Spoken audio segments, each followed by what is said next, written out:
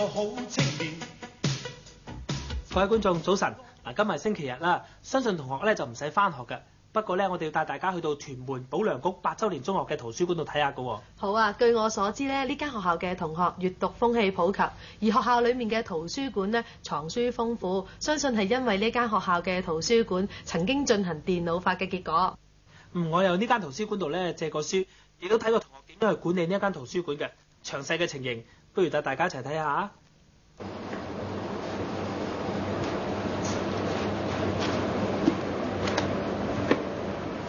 唔該，我想借書嘅。圖書證咧。Thank you。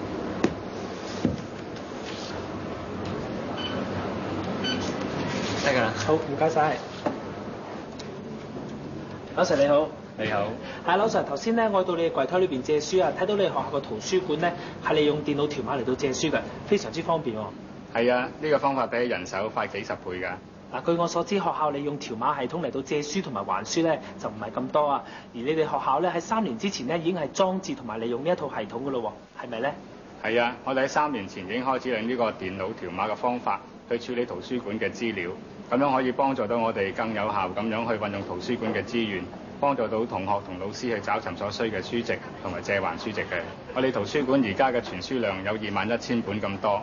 如果唔用呢個電腦系統嘅話，係冇辦法嚟處理咁大量嘅書籍嘅。咁呢一套電腦條碼系統咧係點樣運作，同埋喺邊一方面可以幫到你哋增加你哋嘅效率嘅咧？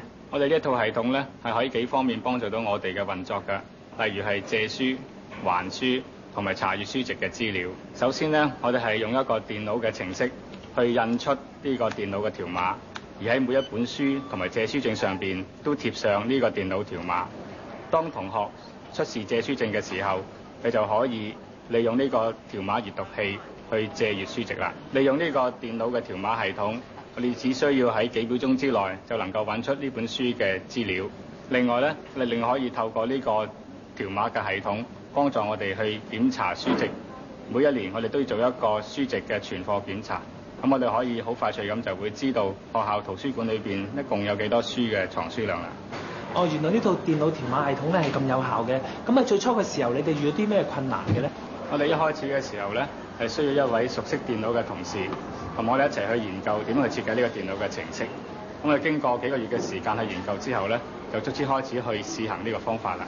我哋試過呢個方法可行之後咧，我哋就邀請一班同學嚟參加做圖書館管理員。我哋嘅目的係希望佢學習呢一套新嘅電腦系統。我哋每一日有14位同學當值。有1位組長、1位副組長同埋12位同學，佢哋負責日常嘅圖書館嘅工作。若果圖書館冇呢班同學幫手嘅話，我哋嘅工作就會非常之艱巨啦。咁睇嚟同學嘅功勞都唔少㗎。我知道咧呢間學校嘅同學嘅閱讀風氣咧非常之好嘅，圖書館每日借出嘅書本亦都唔少嘅。好似呢個咧就係今日圖書館處理嘅書本嘅記錄嚟㗎，係咪咧？係啊，去年我哋全校嘅借書量係超過29,000幾本嘅。今年開學到現在為止，每日平均借書量係320本。嗱，我見到呢個圖書館咧管理得井井有條啦，你哋都出咗唔少力㗎喎。都唔係嘅。係啦，李敬賢啊，我知道你做咗圖書館管理員咧已經有5年咁耐啦。咁你當初點解會選擇圖書館管理員呢種工作嘅咧？咁因為我哋學校咧就規定每一個中一嘅同學咧一定要至少參加1項課外活動或者服務嘅。咁因為我自己就好中意睇書咯。咁所以就好自然就會揀咗做圖書館管理員啦。咁同埋加上一班同學嗰陣時話一齊做，咁就成班人嚟報名參加啦。後嚟就圖書館經過電腦化啦，咁知道可以學到多一啲電腦嘅知識，咁我覺得都好有用嘅。咁所以咧就一路做咗5年咯。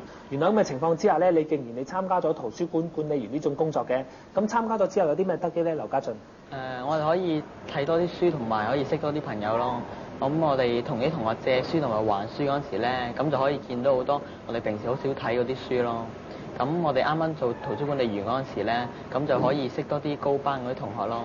咁而家自己高班咗啦，又可以識翻啲低班嗰啲同學。咁我哋可以即係傾下偈啊，咁就好開心咯。同埋咧，我哋圖書館電腦化咗之後咧，可以識多啲關於電腦嗰啲知識咯。另外咧，做圖書館嘅服務同埋做義工嘅服務都係差唔多，因為我係做圖書館先嘅，然之後先加入義工小組。因為我覺得佢哋兩種服務咧都好類似咯，都係幫人哋嘅。例如我喺義工小組裏邊咧做過老人院啊、孤兒院嗰啲服務，而我做到呢啲服務咧，我感到好高興。原來參加圖書館管理員呢種工作咧，可以學到咁多嘢嘅。係啦，李建敏啊，你做咗4年咁耐啦，期間有啲咩開心或者唔開心嘅嘢咧？